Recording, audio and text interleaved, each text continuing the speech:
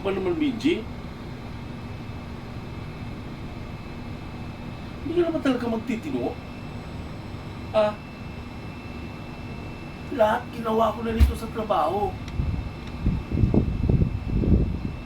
Tapos ikaw pa, les-les ka gabi-gabi, nilayas papunta doon, pupunta ka rito. Hindi ka ba nag-iisip? Ala ka dyan kung papagalitan mo ako. Okay, namin ko naman. Gabi-gabi ako umaalis. Hindi ko man napabayaan yung trabaho ko eh. Naku, Binjay, kung ganyan ang mo, magbukod ka na nga kaya. Huwag ka na doon sa bahay. Wala eh. Hilig ako mag-inom eh.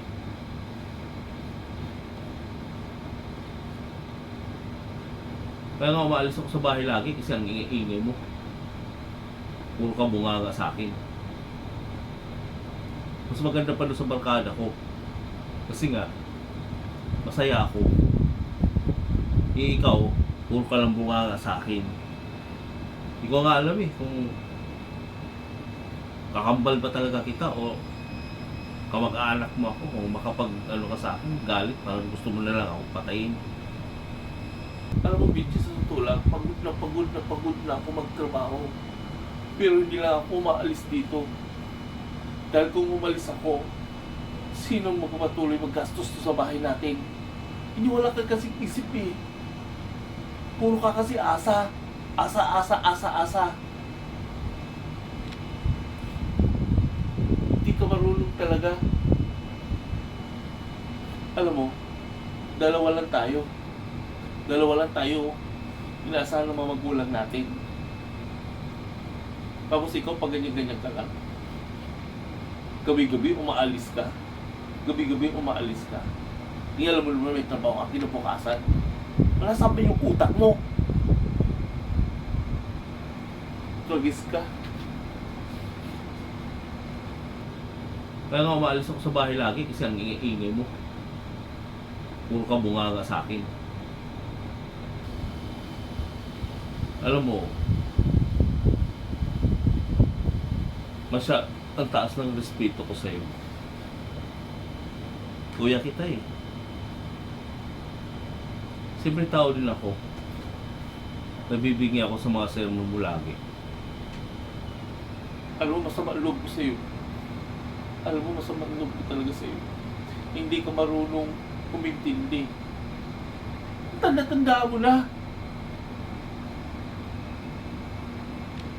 Paano kung namatay ako? O sino magpapatuloy magastos kung ganyan ka? Wala kang ginawa kundi mag-inom na mag-inom. Ay, mukhang hindi.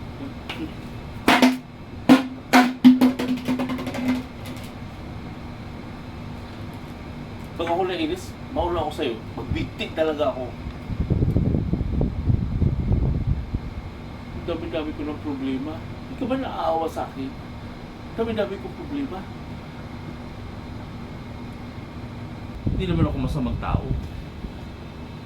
Kung masama-sama lang ako sa mga barkada ko, masama na ako. Hindi ko na masikaso eh. Dahil sa inyo. Tapos ganyan-ganyan ka pa. Kahit man lang siguro, ikaw lang bumili ng gamot ng nanay natin. Wala pa rin. Gamot, ilaw, tubig.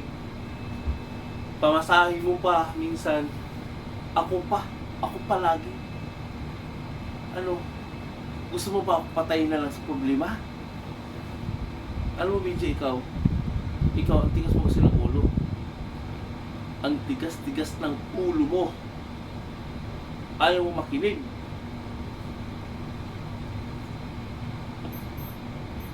Hindi na talaga masama. O tingnan mo. Nananakit ka pa. Hindi na talaga masama na ano ko. Nagigil na talaga ako sa'yo. Nagigil na talaga ako sa'yo.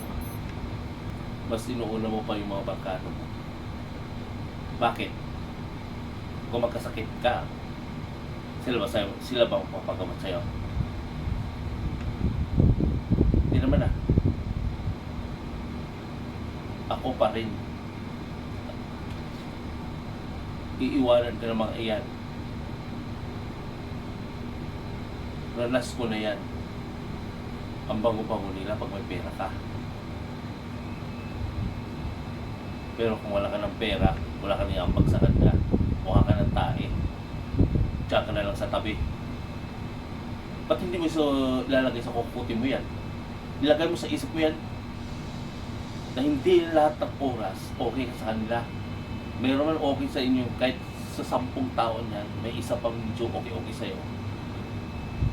Pero lahat sila, iiwanan ka dyan.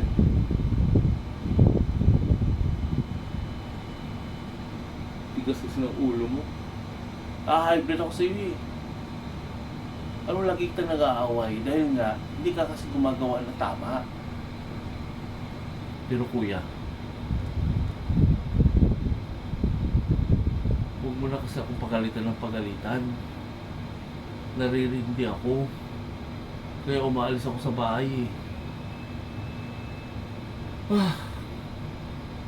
Ang sakit na ng ulo ko. Sino bang hindi naaawa sa'yo? Naawa nga ako sa'yo.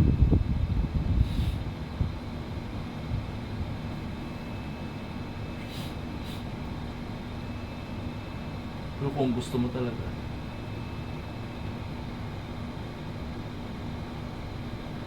kung gusto mo na hindi mo ako makita at magbubukod ako, gagawin ko.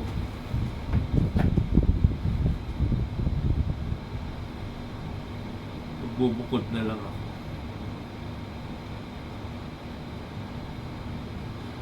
Aalis na ako sa bahay.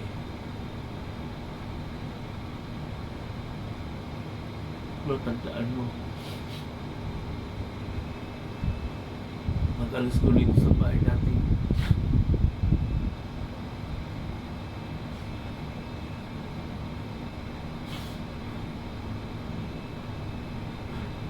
Iba na ako.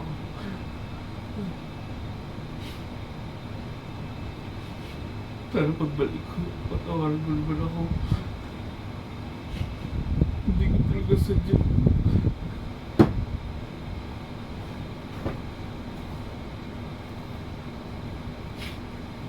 Pangako ko, pagbalik ko, magbabago na ako. Walas ka na dyan! Walas ka na nun!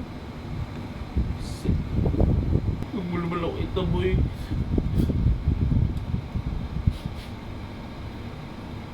Aalis ako dito. Pag-wait natin mamaya. Naghahanap ako ng bahay.